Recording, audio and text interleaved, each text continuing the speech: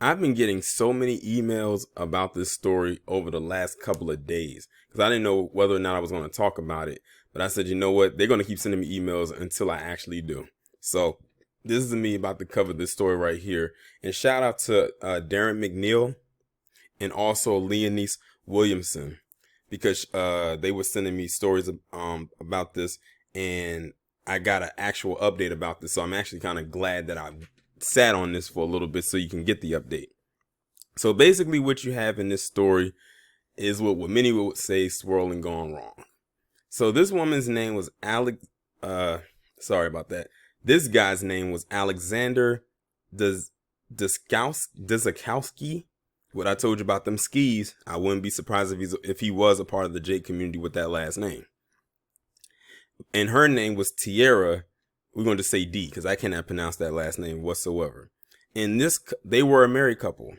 And this guy right here, who looks like a hybrid version of Post Malone, because when I saw his picture, not this mugshot that he has right here, I thought it was him. I really did.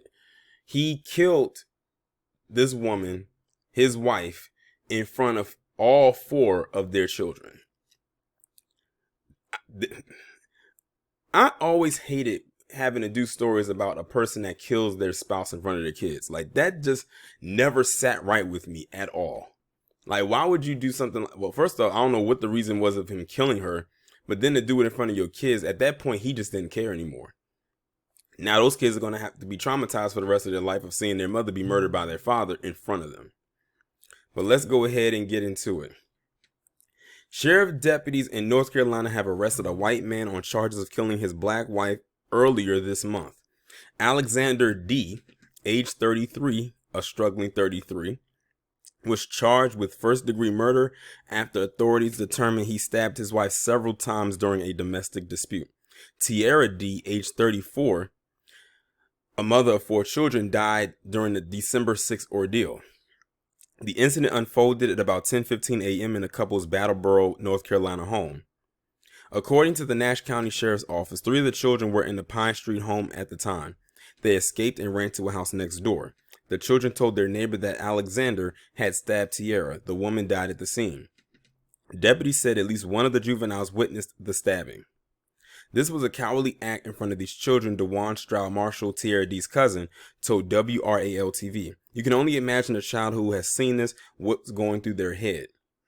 Alexander had self-inflicted wounds by the time deputies arrived. He was taken into custody and rushed to the UNC Nash Hospital, then later transferred to an undisclosed medical facility for treatment. So it sounds like to me after he killed her, he probably tried to kill himself, or in the midst of that rage of him stabbing her, he probably cut himself because with the adrenaline rush.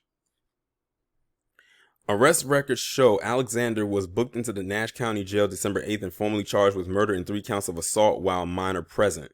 He had his first appearance in district court Thursday, December 10th. A judge denied bond on all charges, booking records showed. Tiara's cousin Brittany, Judd, set up a GoFundMe page to relocate the woman's children to Maryland, where other relatives live. The children's ages are 12, 9, 5, and 3 months. Now, I wonder, was she from Maryland? Because they said to have them relocated to Maryland. And why wouldn't they go anywhere else if they're going to Maryland? So I wonder if that's where she was from. According to the page, which had raised more than $5,000 by December 14th, Stroud Marshall told WRAL that Alexander is the biological father of the 2 younger kids, the youngest of whom is in NICU at a local hospital. 3 months. They just had the 2. They just had this last one. I didn't catch that. I was looking at it like it says, why does it says NICU? Then it says 3 months. That's crazy. Judge said the family is working with social services to ensure the infant is reunited with family members when released from the hospital. Tiara lost her life to domestic violence, the page indicated. She loved her children and her family. So the 2 oldest kids that she had, which were 12 and 9, were from a previous relationship. And the 2 youngest were with him. And I see the picture of her with her kids. And I can see by the 2 oldest ones, just by looking at him, I can tell she had those kids with a black man and the other two clearly with him, just by looking at the appearance. But I don't know if I had read this somewhere or not, and maybe someone in the comment section can confirm this for me. But I believe they said that there was some domestic disputes happening between them in the past. And usually when it comes to a lot of cases that involves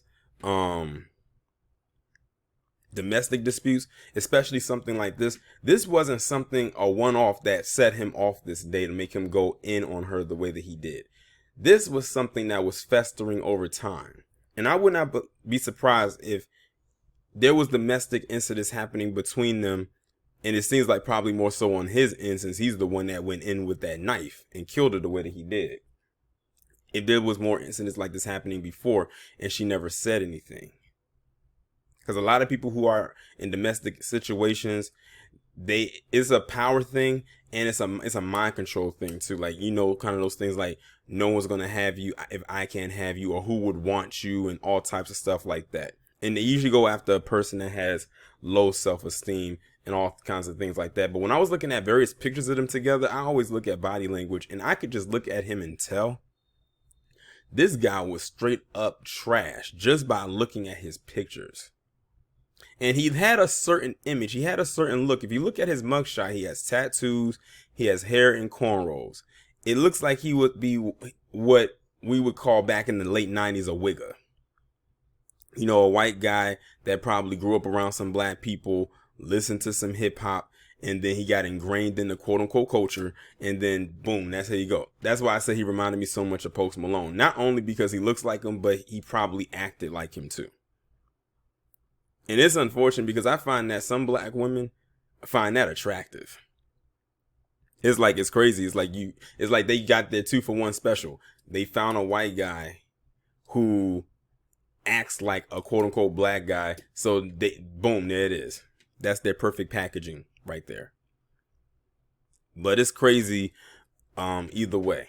But the fact that they denied him bond lets you know that those charges are definitely going to stick. And it's a good chance he might actually go to jail for life, because they said this was first degree murder. And, you know, the highest you can get in that is first degree unless your state has the death penalty. But I'm going to be honest with you. The only ones I really feel bad for in this situation are those kids, because they had to witness that. They had to witness that ordeal. Like, I can't put this at the feet of the children, because they probably didn't know what the heck was going on. And I'm glad that the 3 older kids understood it enough to run to the neighbor's home and say something. Because in the midst of him going off on her like that, if they had stayed around, they were too close, he probably would have went off on them. Because when you have that adrenaline rush and you're in that zone and you black out, you don't know which way is up, down, sideways, whatever. You're in the zone and you black out and nothing's stopping you until you're ready to stop. But y'all let me know what y'all think about the story down in the comments. Like, share, subscribe, and I'll talk to you in the next one.